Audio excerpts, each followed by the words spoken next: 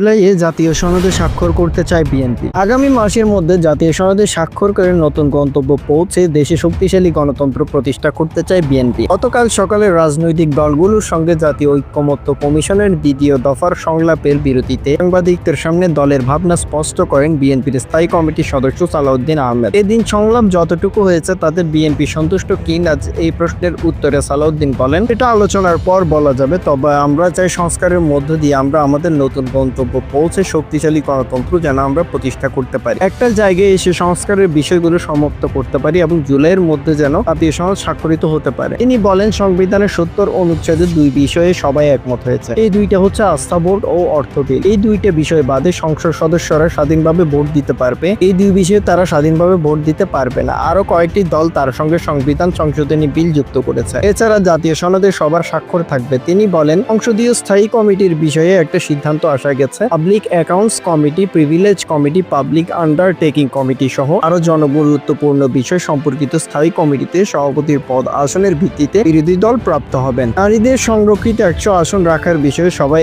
একমত। নির্বাচন পদ্ধতি নিয়ে আলোচনা চলছে, সেটা এখনো চলমান।